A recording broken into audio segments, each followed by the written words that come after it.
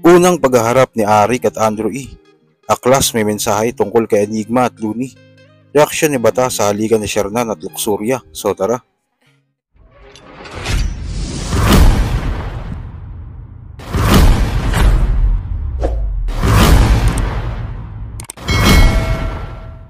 Nireview nga ni Saki ang laban sa pagitan ni Jonas at Joss Eds. Malakas naman daw pinakita ng dalawa. Pero iba yung Jonas.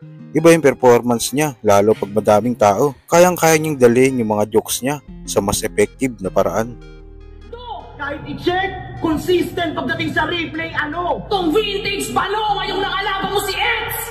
Diyos, you gon' feel pain, abo, kung napatay mo yung power, ibang EJ na to, magpatawa ka na! Parang magaganda naman yung sulat nila eh.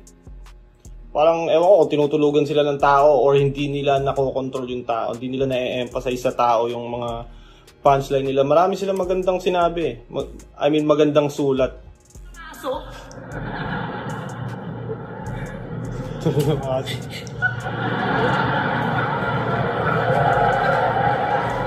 Tangina ni Jonas nakakapagpareact ng tao ng actions lang, hindi nagsasalita.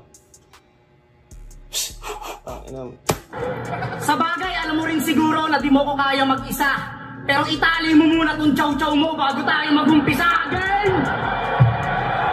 Okay na. Parang itchapwera yung isa. Tayo na lang dalawa. Mamaya na yan, chow-chow. Parang binaba talaga yung level ng isa eh. Chow-chow daw ang puta. Pati simpleng appliances, niyabang at linex mo, Brad. Nakabili lang ng bagong ref, puta ni reference agad. Di ba simple? Putang ina napunta sa ref, ni reference agad. Durog! Eco bag! Eco bag! bag! Eco bag!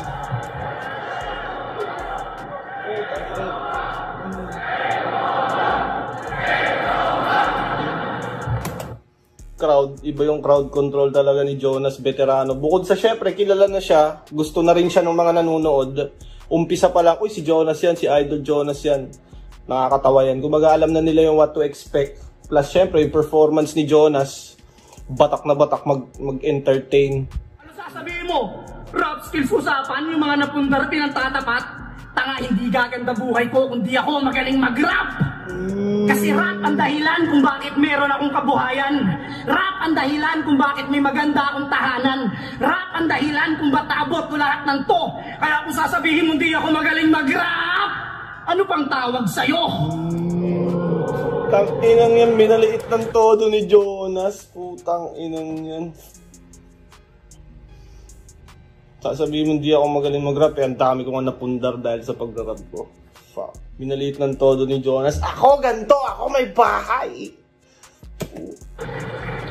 Uuwi ako sa bahay na may magandang sasakyan. Uuwi ako sa bahay na may malambot na mahihigaan. Uuwi ako sa bahay na paldo dahil sa 100,000 kabayaran. Ikaw pinalayas ka na, tangina ka, wala ka ng uuwian. Tanginang yan, sinalbahay sila.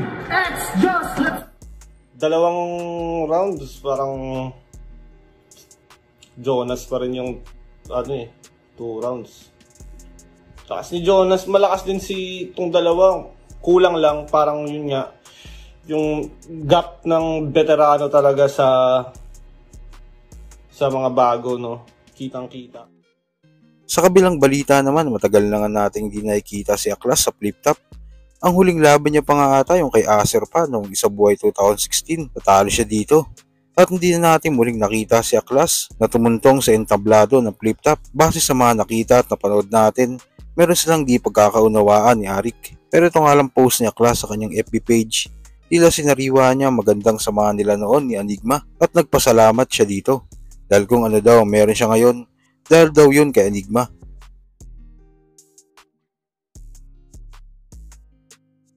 At nagpasalamat din naman siya kay Looney dahil sa interview nga noon ni Aklas kay Dogbrak TV ay sinabi niyang hindi daw Isabuhay champion ang nagpaputok ng pangalan niya. Ang dahilan daw ba't siya lalong nakilala matapos daw naging battle nila ni Looney. Maraming nagbukas umano na pinto noon pagkatapos ng battle nila.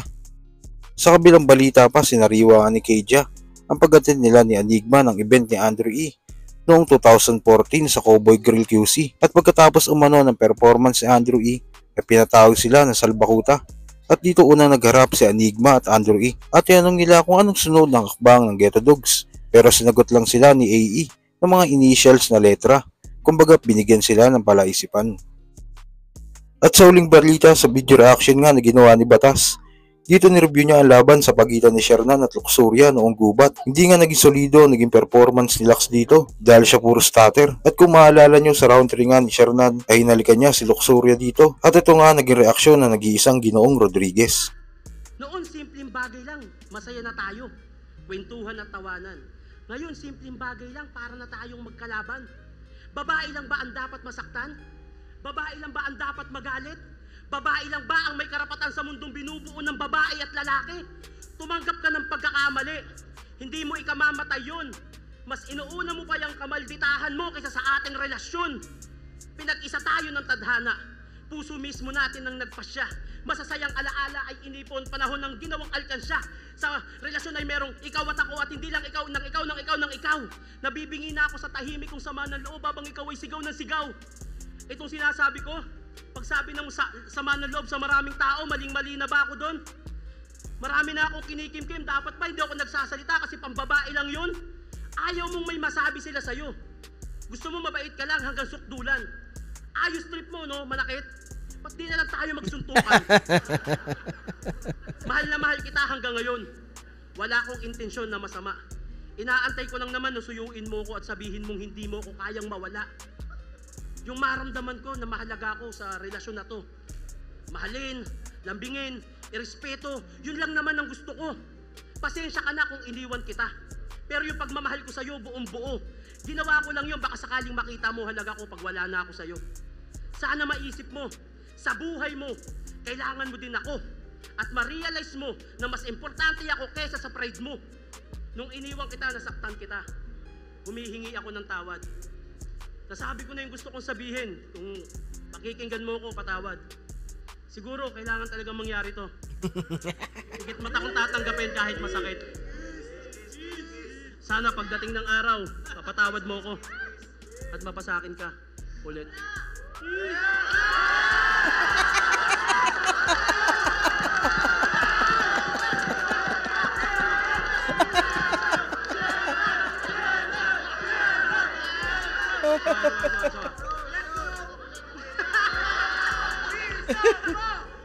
Isa yan. Lip.